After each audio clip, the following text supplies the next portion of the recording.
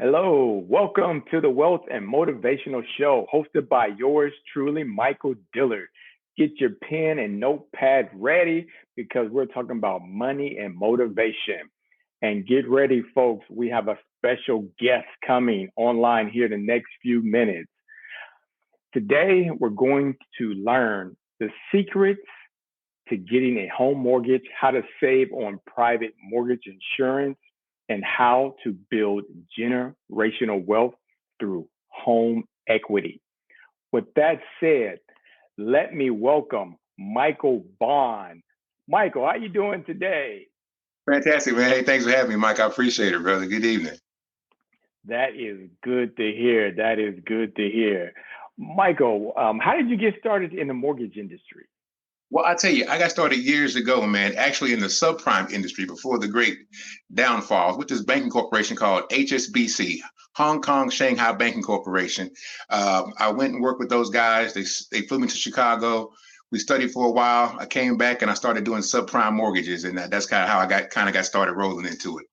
Exactly. Yeah. First I was local, but then, after a while with the change in the mortgage industry, then I started doing more of a national business. Wow. Wow. You are highly skilled then. Going back to the subprime mortgage when people were just throwing money at people to buy a house. 100%. I mean, no doc loans. I mean, you didn't have to have a job in some cases. It was crazy. One finance with no job.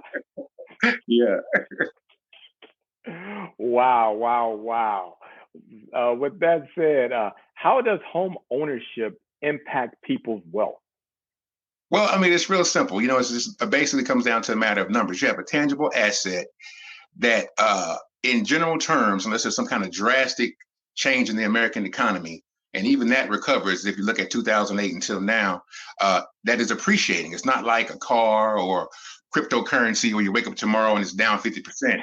I mean, it's kind of steadily growing, especially if you bought a house 3 years ago or before that. I mean, you've probably seen your equity depending upon where you are. Like we're here in the Middle Tennessee around Nashville, 30, 40, 50, 60%, So, I mean, it's only increased in value. So what you have is a tangible asset that you can liquidate or turn into cash if you get into a pinch. The more money you have, the closer you are to being wealthy. Now, in regards to generational wealth, if you take that tangible asset and you pass along to the next generation, well, they have that same tangible appreciating asset free and clear.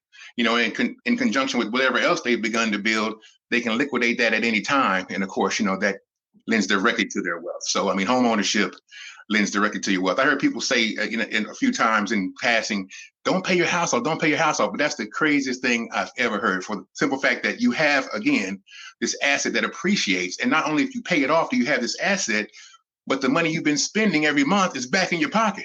So even if you're paying property tax, if you have $2,000 a month you're paying on your mortgage, your house is paid off, your property tax is $400 a month, you have $1,600 a month that you can put in your pocket and just keep. And this asset too, to boot. So, I mean, it just makes no sense to not pay your home off as soon as you can, if you can. Okay. Now, you mentioned something kind of caught my attention there. What you're saying is it's better to buy a house than to buy that $50,000 Mercedes Benz that's going to sit in the driveway. And as soon as you drive it, it's going to lose $5,000 or so every year. Well, I mean, I know the show off and shine factor may be appealing to you, but 100%. Show off and shine, man. There's a saying, I think they say something like, car rich, house poor. I ran into many people who are exactly that. Right. The car is worth more than what they got in the bank. Oh my goodness. Yeah. I mean, driving living in an apartment, it happens all the time, man. Wow. Okay. If you're listening right now, please comment below, like and share. Sharing is caring. This is a great podcast today. Dropping jewels today. Michael Bond giving us all the secrets. Michael, what do you think about the current mortgage rates right now? Well, I mean, a lot of times people's memories are short. Really, we're just returning back to the Reagan years. I mean, if you look at what the rates are now, we're about 1% lower than they were when they had the great communicator as the president. So, what you've been seeing in the last 3 or 4 years is historical low, which means that's never happened before. What you have now is more of what has been in the past. I mean, your mother and father probably paid more than that, 9, 10, 11%. Matter of fact, when I was doing subprime, I was dropping off 11, 12, 13%. People were happy about it. So, I mean, we're just so used to what we've been hearing over the last 2 or 3 years that we forget what we have now is what we've had historically. So, I mean, it's just a matter of the Feds trying to fight inflation, and it's an interesting battle for them this time for the simple fact that inflation is high, but at the same time, jobs are high too, and that combination has never really come together in the past. So you see interest rates creeping up, creeping up, creeping up.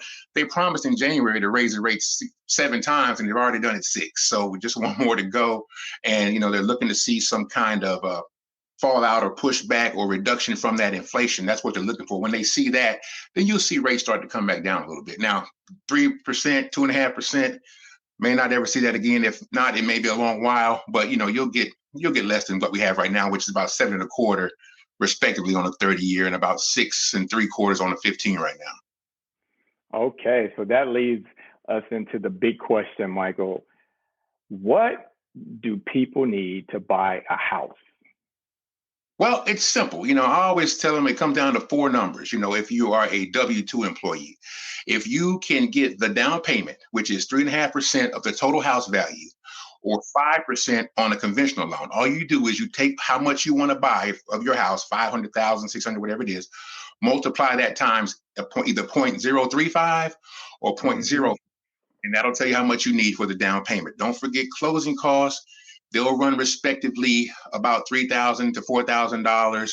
That'll be added on top of the down payment. And also, if you're going to put down less than 20%, you're going to have an escrow account. What the escrow account is your taxes and insurance that are paid each month in your mortgage. So you're going to have to account for that too.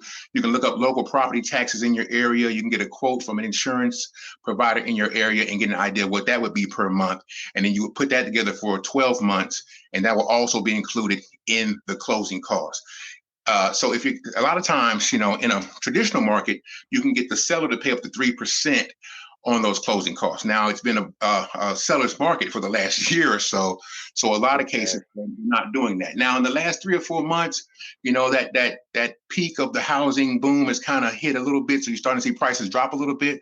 So you are getting more concessions from sellers now, a little bit more, because they're realizing that these houses aren't selling at these premiums they're asking for now.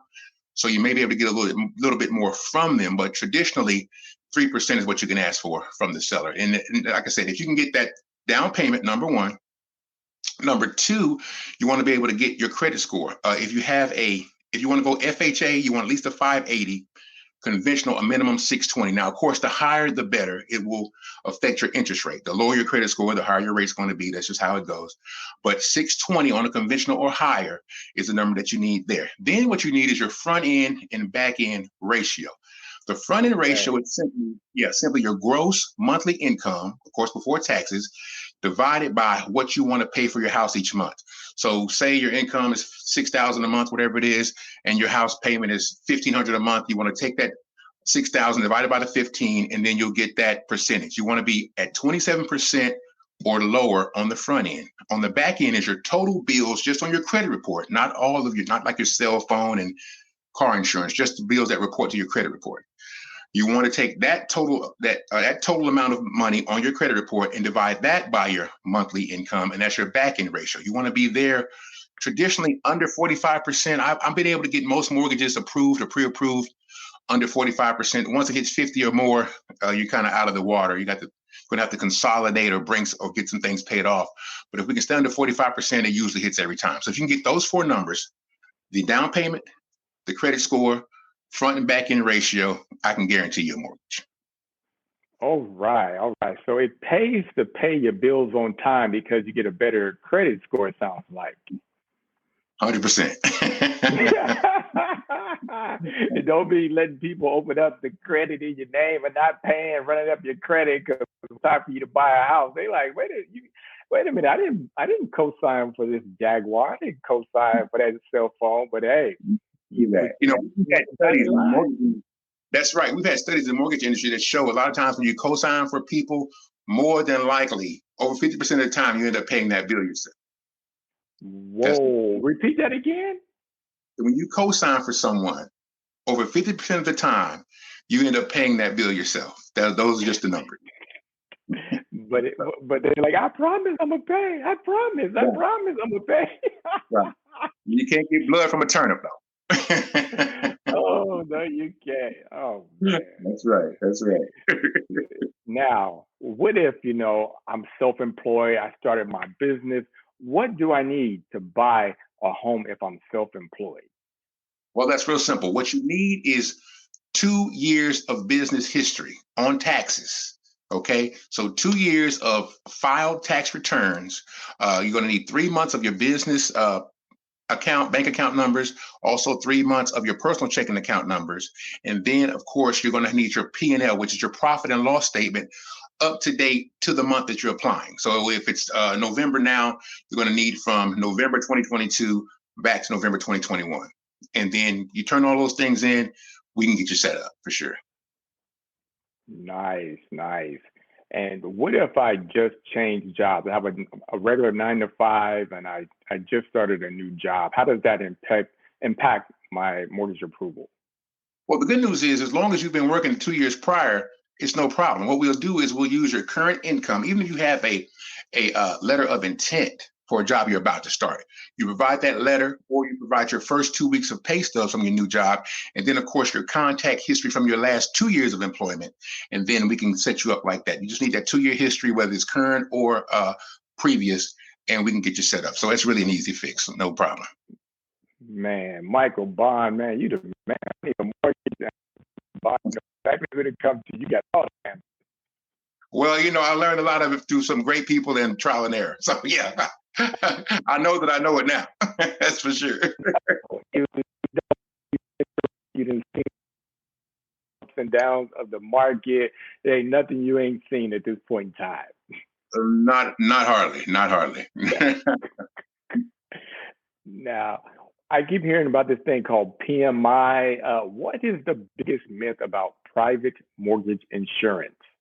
Well, I tell you, when it comes to private mortgage insurance, it's not so much that there are myths out there about it as opposed to people don't understand. That's what it really comes down to, because private mortgage insurance is kind of a misnomer. It should really be termed default insurance, because what people don't understand is default insurance. That's a new one. That's exactly what they should call it, because what people don't understand is private mortgage insurance does nothing to help the homeowner. It does not go to your principal. It does not go to your interest. It does not benefit you at all. What private mortgage insurance is, PMI, or you sometimes see it called MIP, which is mortgage insurance premium.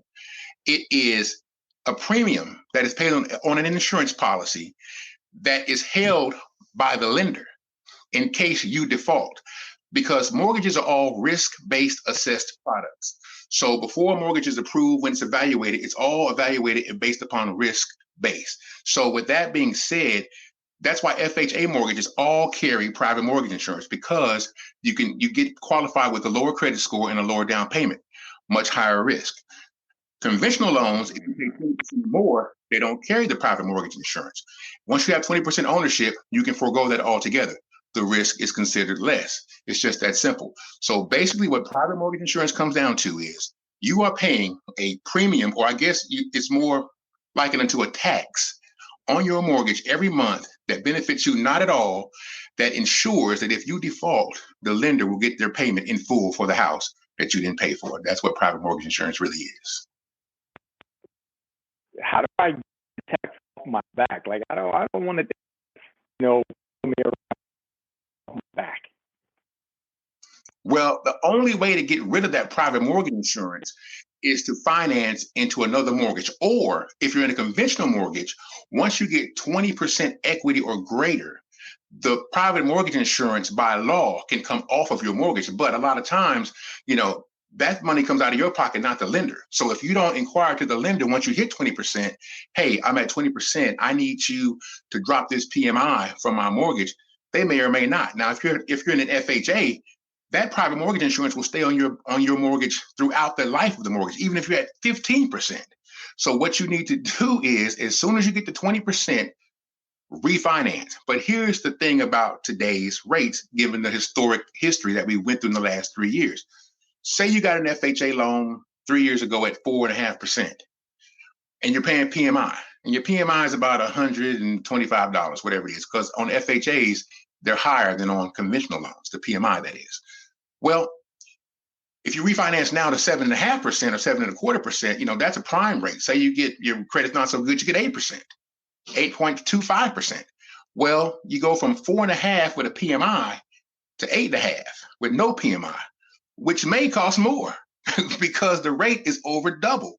So the crazy part about it is, if you got an FHA 3 or 4 years ago at 3.5, 4.5%, it may benefit you to hold it for a while until you see the rates come down some more. Because if you refinance now, even if your PMI goes away, you still might be paying more.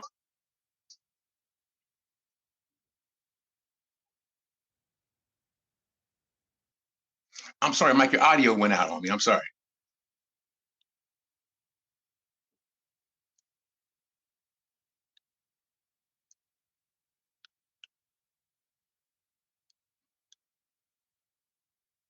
I can see you. I just can't hear what you're saying. Can you hear me?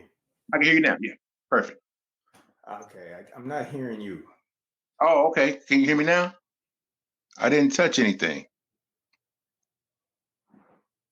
Can you hear me? No, man. The signal went. Oh. Check again.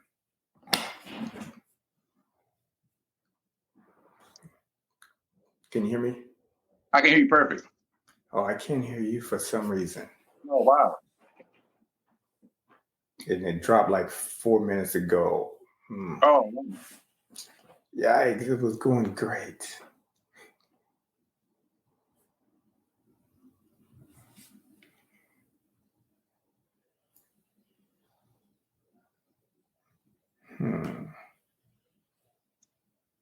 Let me take you out and bring you back in. Okay, perfect.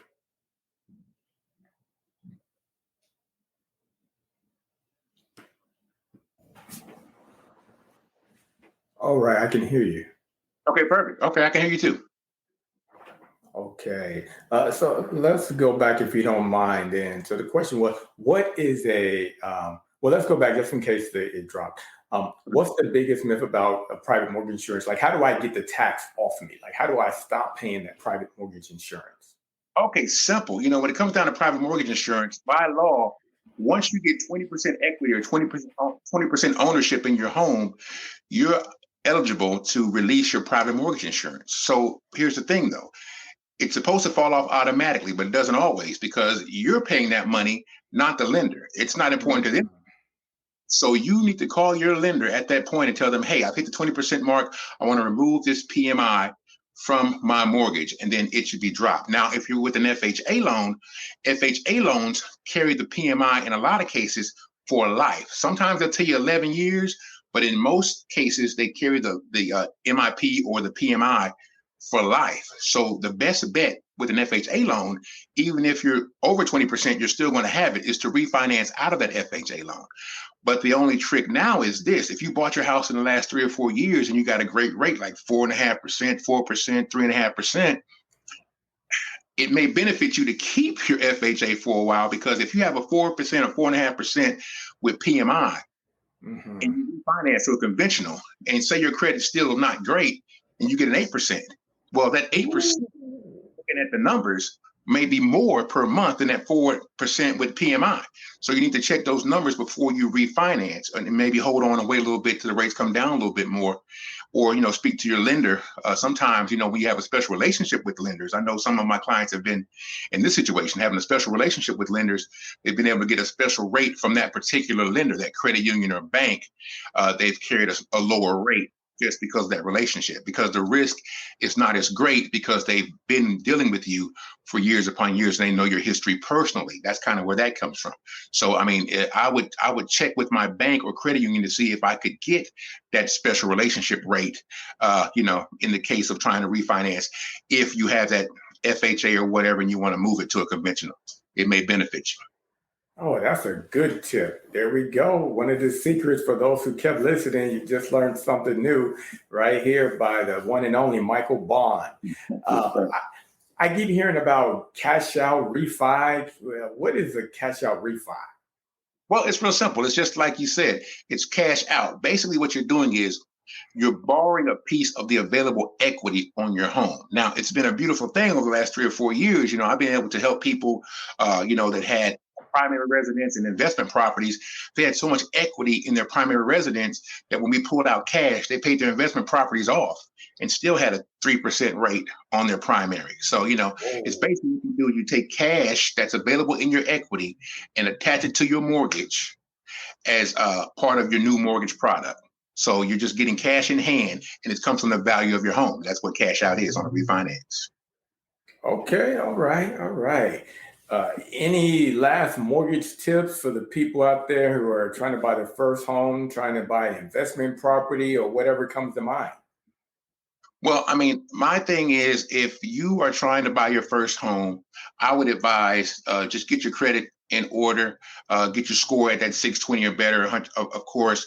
And then what would also help that is if you have one secured one secured lien on your credit and one unsecured. If you keep it like that, a secured is something tied to a property or something of tangible value. Unsecured is something like a credit card. It's not necessarily tied to anything. I would try to keep it at a 1 and 1, and that would help your credit score to maximize. Also, too, what I would tell people to do is this. I don't encourage building debt, but if you're trying to build your credit score, what you can do is you can go to your bank or credit union and get a secured credit card. Basically, what it is say you have $700 and you go to the bank and you say, I want a credit card for $700. I want to secure that credit card with this $700 in my hand. There's no risk to the $700 in your hand. You give me the credit card. So then what you do is when you go buy gas and groceries, when you go buy gas and groceries each month, most of the time you use cash or a debit card, that sort of thing. You get no credit for that. Start using your secured card for your gas and groceries.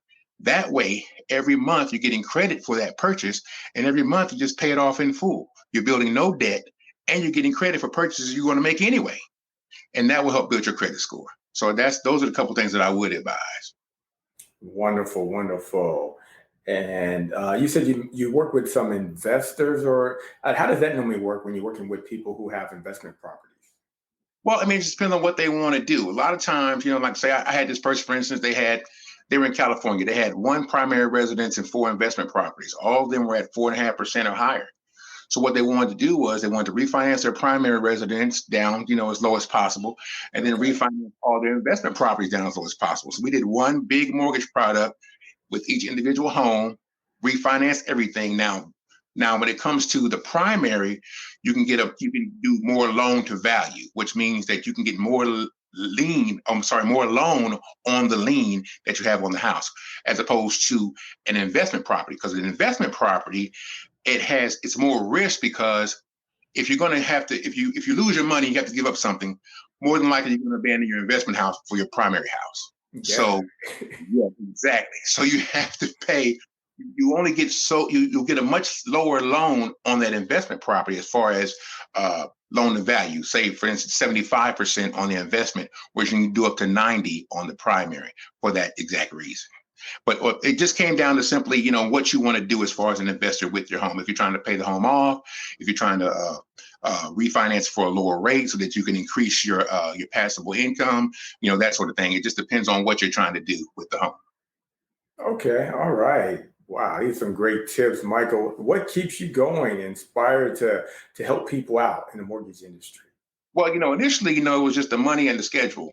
But I've really helped some people, change their financial situation. I've helped people refinance their houses from 5-6% down to 3%, 2.75. I've helped people save $300 or $400 a month on their monthly payment. It just depends on who you're talking about. But you really can help people change their financial situation with the right mortgage product. And I think that's the main motivation. Okay, wonderful. And what's the best way people can contact you if they would like to get a mortgage, learn more information? Well, you can call the office directly, 615-921-3439. A lot of great people, a lot of great contacts there, really knowledgeable people. We can definitely help you out. It just depends on what you're trying to do. Again, like I said, the rates are pushing a little high because of this whole inflation thing. But, we anticipate that to settle out sometime, next year, maybe the middle of next year, summertime, fall. So, just a matter of, being patient right now and hanging in there. But yeah, that number you can get to me directly, and then we can get you squared away for sure. Michael Bond, it's been a pleasure to have you on the Wealth and Motivation Show. Thanks, appreciate it. All the best. Have a wonderful day. Hey, 100%, man. Mike, nice to see you. Take care of yourself. All right, bye. All right, bye.